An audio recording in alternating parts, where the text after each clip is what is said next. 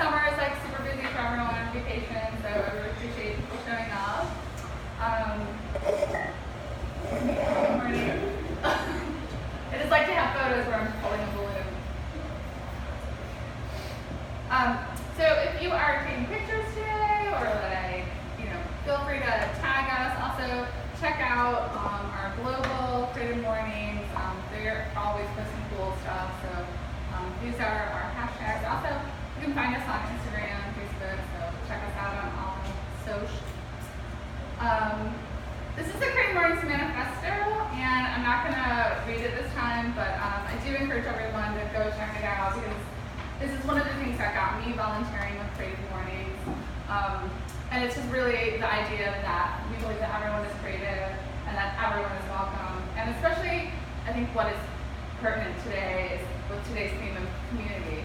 That's something that we really believe in, and that's part of the reason that Creative Mornings got started, is that the founder really wanted to create a community for creatives and find a way that they can connect. And that's just what we're trying to do in different cities around the world. So we really believe in the power of community, and I think that cannot be understated, cannot be stated enough. So this is a great thing. So take some time to read it offline. So also, we couldn't do this without our global sponsors. So we want to thank MailChimp, Adobe, and WordPress. They help make this possible for all of our chapters. More importantly, for me, I really want to thank our local sponsors. We have a great new coffee sponsor this month, Crazy Fresh Coffee. Hope you guys are enjoying it, because if you don't, I will drink all of it. Thank you. Also, Spear IP, who sponsored our bagels for breakfast this morning, so thank you for that. So also eat all the bagels, so please make sure you get those. And also, Bamboo Detroit for hosting us. They've always been a great supporter of Creative Mornings, so we're thankful again to be here. Woo! Bamboo, yeah! As I said, this month's theme is community. It was illustrated by James Olstein, and that is out of the Philadelphia chapter. One thing I want to mention, and I think I said this last time, if you guys were here, when you're out like traveling or like going to different cities, check out the local Creative Mornings. So if they have an event going on while you're there, definitely check it out. I think everyone who's involved with Creative Mornings, especially the hosts, volunteers, and organizers, are really welcoming people. So if you reach out to them, I think they're going to just be really helpful to be like, hey, here's something cool that you should know about our city, or just we'll connect you with cool people to know while you're there. So just know that that's an option when you're around. See if there's a local chapter and check it out and enjoy. I want to say thanks to my amazing volunteer team. We're small but mighty, so I just want to thank everyone. I really couldn't do this without them. I'm Anne-Marie. Also, this would just be me talking in a room by myself, which I do enough of, if you guys were not here. So please give yourself a round of applause. Yeah, because we couldn't have community without community. So I think that was no, this is important too. If you want to volunteer, because that is something that I'm trying to build. This is not just a volunteer, this is family. Or maybe a little bit of a crazy family, but we're a good family. So if you want to even just come meet the rest of my other volunteers who all do amazing side hustle things, so please talk to them. Andre, Matt, my sponsors, they're into great creative things, so they're just people worth knowing. We're nice people. Come talk to us. Come volunteer. Really want to grow what we've started here in Detroit. We've been around for a while, but I want to make it bigger, and I can't do it without you. So come talk to me about how we can help. That would be amazing. You can DM us at Creative Mornings Detroit. You can find me on Facebook, send me a message, or shoot me an email at that email address. I think that's my slides. Yes. So I'm going to introduce Amanda, and then she'll slowly come up here while I transition to her slides and get those ready. But Amanda, along with being the co-founder of Bamboo, which you are sitting in today, she's also a published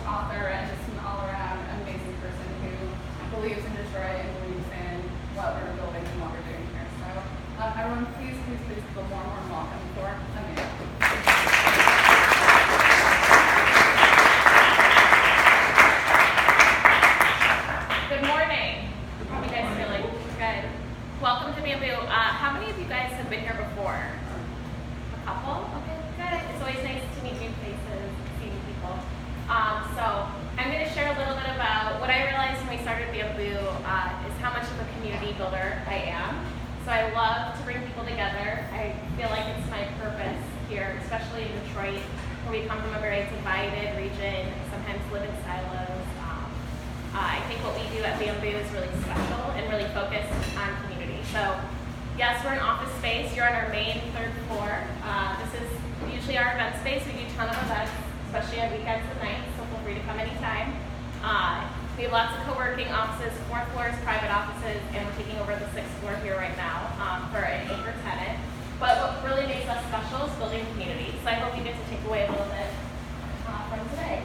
So Bamboo, we're a shared office space and a community of creatives and entrepreneurs. What makes us special is we're really dedicated to being inclusive and welcoming and affordable for the Detroit community. That means we're about 50% Detroiters, 50% folks coming in from the suburbs. We're about 65% women-owned companies in Bamboo and 50% people of color, founders of color companies. So lots of different types of companies and people. The down arrow. Oh, down arrow. Yeah. But a little bit about our story. We were just 4 friends who came together, all different backgrounds, very diverse team. I was the only woman, and at the time we started this tiny little 2,000 square foot space. I don't know if anyone came to the old Bamboo. We were above a bail bonds and below a music studio. So it was not ideal for co-working, but we just had an idea and we had a vision for having space where people could work on ideas together and feel welcome downtown. At the time, I feel like Bamboo was born out of failure, and that failure feeds your future. It kind of pushes you in the right direction. Myself, I had gotten laid off from my first job. I was at an ad agency. As Anne-Marie mentioned, I'm a writer, so I had been working at this startup ad agency, and I got laid off, and I had no idea what to do.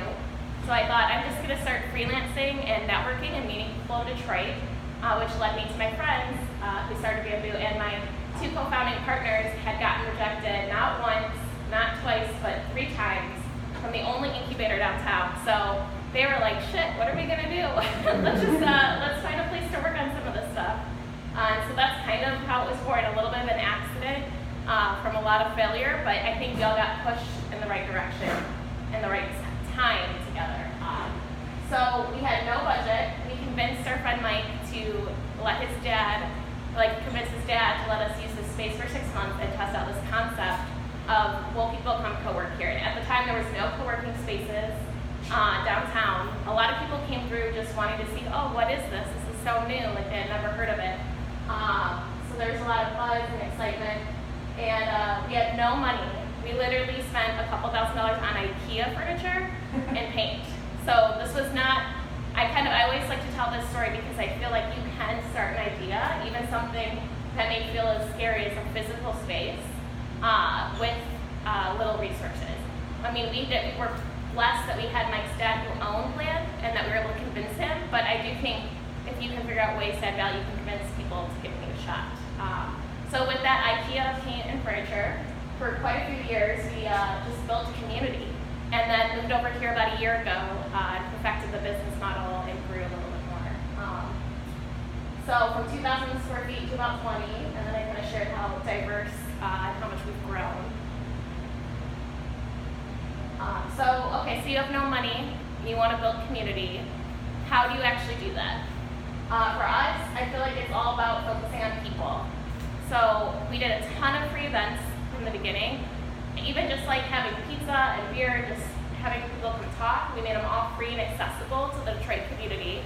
But we focused on inviting people into our space, into our community, and being really inclusive at inviting local communities into our space. So everything from our diverse founding teams to the people who volunteer and we hire, we were very intentional to represent local and also, be inclusive and invite folks in. All the way down to our partners. So we always partner and spend money on local companies like Brute Detroit, Young Village, all these great local companies that have been starting and growing with us. We try to support and bring them in, and that makes it feel really authentically Detroit and really inclusive, and helps also build with the community around you inside the space. Vendors, And then the building we're in, this is one of the only minority and women-owned buildings in downtown Detroit. It's owned by Sharon Madison, and she's a third-generation entrepreneur. Her family has a wonderful history, and so I feel like we lucked out at the time we came here. Her major anchor tenant, who had the whole building, was moving out, and so we were able to come in and help her activate the space. So if you're thinking about building a community, especially an inclusive community, I look at it in every way that you operate. Are you intentional to include the community around you and represent that? And make sure you read the history on your way out. It's just very inspiring. For us, brand is really important too. So kind of what you put out there in the world is what you're going to attract. So if you're looking to tap into a more creative community, putting out that you're interested in that will help you kind of attract more creative people in. For us, I mentioned that I was the one woman on the team. I loved my friends when we started, but we realized after a year or two, like, wow, we only had about 20 or 30% of the people at Bamboo were women. I felt like we could change that. So I authentically spotlighted more of the women in our community, had them speak at events. We brought more people in. Right now we're partnered with Women in Digital, which is a group for women in digital marketing. We partnered with YAB, Young, Ambitious, and Beautiful.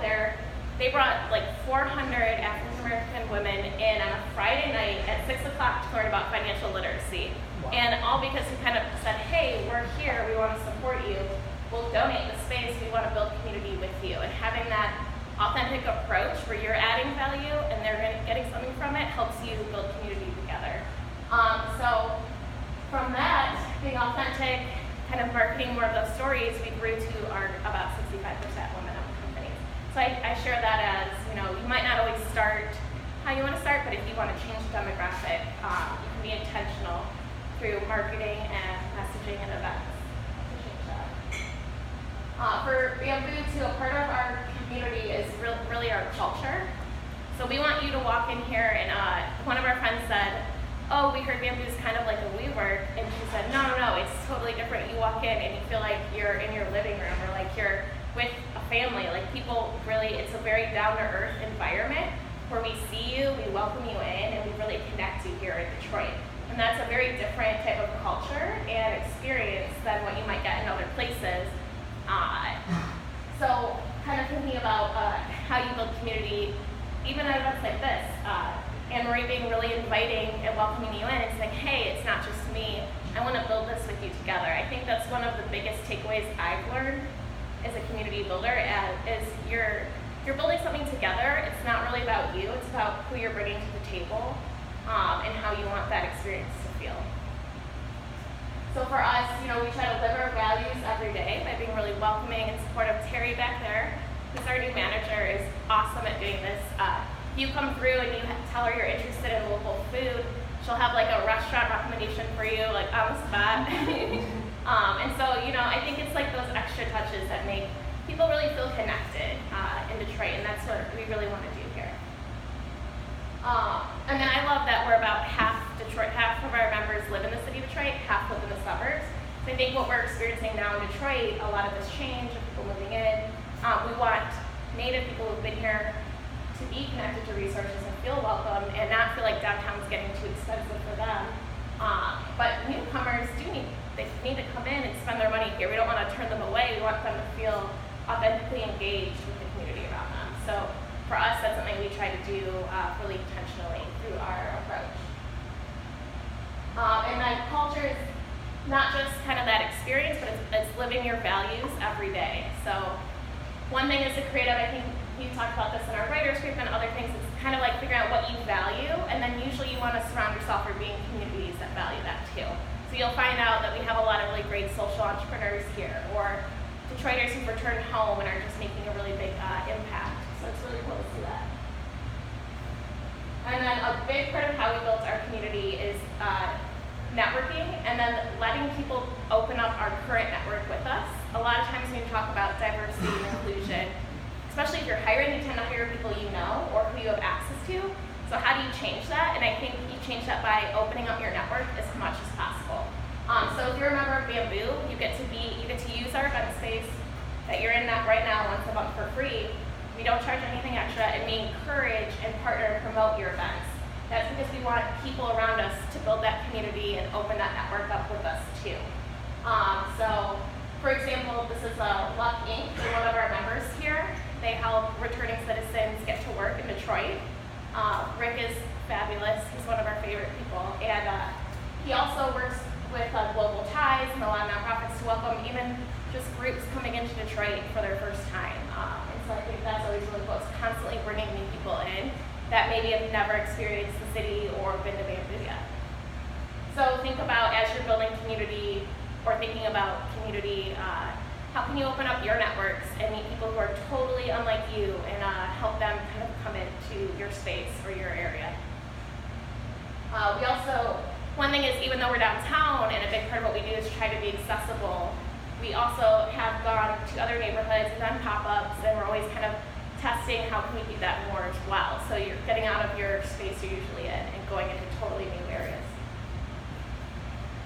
I think that's it. So welcome, and definitely come back anytime. We do tours Monday through Friday, and happy to answer any questions on how we built community, what community is like here in Detroit, any of our experiences that might be helpful.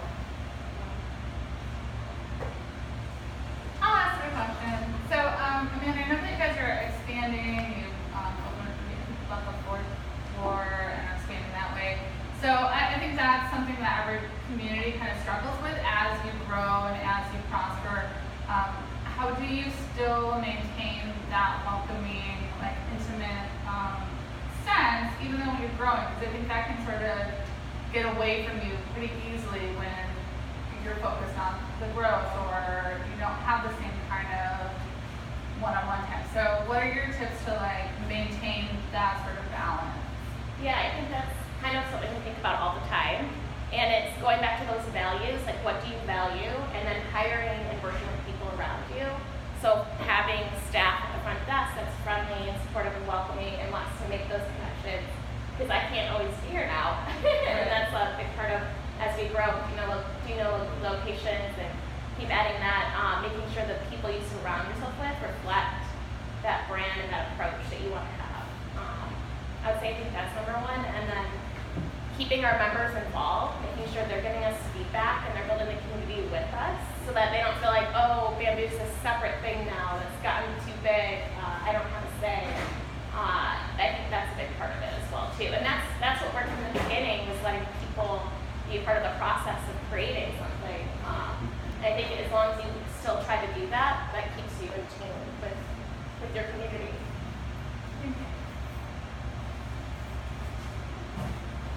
How easy or difficult is it to like retain members? Because I think initially when people come in, they might think this is different, exciting, and you get them through the door. But then having to retain them, like I know part of it could be like you're engaging them in different activities, but like how hard is it to like keep the same members year on year? So yeah, so that's a great question. I think a lot of people are startups here, so they might start small, grow, and sometimes they'll outgrow us. And if that's what they want to do, we love that. Like that's success. That's their success. But a lot of times they might open up other offices and stay here. So we do have a lot of members that have been with us from the beginning or still a part of the community. I think for us it's more about keeping them engaged if they do outgrow us and they don't feel like they need the space anymore, making sure they're still connected to our events or like mentoring new people coming in and making sure that that connection is still there. But we do have a lot of loyalty, which I think is great. I think it's because we've invited them to build this together.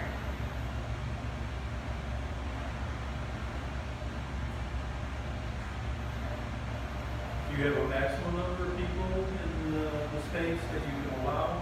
And are there fees to have that? Is it by the chair that you charge people to be a part of the co-working? Yeah, so we kind of operate like a gym membership model. If you become a member, you have a key to the space. It's tied to your phone. It starts at $150 a month, and then you get full access to everything. You come and go, use the conference rooms, can print, do whatever you need to do. And then we have a starter membership at $50 a month, which gets you one-day pass. So some people don't need to be downtown all the time, but they need that one meeting a month or two, and a mail address and access to the community events. So it kind of is based on what people need. And then if you need a desk or office, it can get a little bit more expensive because you have more private space. Question on capacity, with co-working, it's like there's some days where there might be 20, 30 people here, but there's never a day where everybody shows up. So even though we think we'll be at about 400 members with the new 6th floor, we won't be at capacity to keep growing. So that's something I think we're still figuring out. We try to keep the pulse on. But it's kind of like a gym membership. There could be a ton of people subscribe, but some people come once a month, some people come on weekends, some people come late at night. No, everyone's not, and that's a challenge too on the community side, because I want to make sure Courtney, who runs a nonprofit for homeless youth in Detroit, she's only here at usually like 6 p.m. to midnight. She needs to talk to Chanel, who's on the 4th floor, and can kind of mentor her and connect her to supporters. And it's so funny, for like weeks they both heard they should be talking to each other, and finally they were at the space at the same time, and I was able to introduce that. But kind of being intentional that people aren't here at the same time, so how do they actually get the value of the community, which is knowing who else is here and how they can help you. I think that's so huge. Just to piggyback on that is because that happens to me all the time. It's just like people that I have met through Creative Mornings, like or just through other creative endeavors. Like you'll meet someone and be like, oh my God, you really should talk to so and so, and you think about it, and then you maybe don't follow through. But I just want to encourage everyone to follow through when you have those moments, because just the connections that you make that will open something up for someone and lead to such things. I think that's how we not just create community, but maintain it and allow other people to do what they need to do. So I think you're doing that, and as much as we can do that as a whole, has such value that it can't be underestimated, I think. Yeah, so one of our friends and tenants here says it's not about going to an event and meeting 10 people or saying, oh, I met Amanda Woods. It's about going to an event and connecting a couple people together. So knowing that, Anne Marie should talk to Andre, she might meet him for X, and just kind of being intentional at connecting people. I think that's what really helps us all grow individually and on our own projects. So we try to do that as much as possible, very organically, and that's something that'll be a challenge as we keep getting bigger, but I think that's more of a valuable kind of way to think about it. Yeah. And you also never know who you're going to meet. We've had people come to events, they only came to a couple events and they found a job just by coming to a networking event at Bamboo, or they came in working on separate projects. It was so hard, or they were lonely and couldn't do it on their own, that they ended up partnering and working together on their own new project. And that's the kind of thing I think as creatives we tend to, especially for writers, we tend to be at home writing, kind of lonely a little bit, or in our headspace. And you do need that collaborative feedback from people and those connections. That's what helps kind of put your projects and your work out there in the world. Yeah, I think one of the best things that has happened to me, just being a host for the short time I've been a host here, is that one of my speakers, she was also working on a book and as her side thing that she was doing. And by speaking at Creative Mornings, she met someone who was like, well, I know some editors that can help you, and hooked her up with that publishing connection. And so her book, which was an idea that she's like, okay, yeah, eventually I'm going to get it out there. It's fully in process, and that wouldn't have happened unless there are events like this, events that you're sponsoring to connect people. It's all about moving your dreams forward, and you don't know who you're going to meet where and when to make that happen. It's great. How many of you are working on a project right now, or a side hustle? Good. So even how we started Bamboo was because I started networking, and then I met my 3 friends, and they actually had the idea of let's start a working space, and I just got so involved and kind of further the community from there. So you just never know who you're going to meet, how they're going to help you, and what resources are going to come your way. You mentioned partnering with groups like Women in Digital, but what other steps did you have to take to bring in more women to the space and more people of color to balance out and get to those numbers that you guys are at now? Yeah, I think that's a great question. So we started with a really diverse team. It was myself, an Italian, and then 2 African American men from Detroit. So I think that organically helped us start with a really diverse community from the beginning. But then, we realized we weren't reaching enough women, so that was really spotlighting the women in the community through our marketing, reaching out to women's groups and inviting them in, and then telling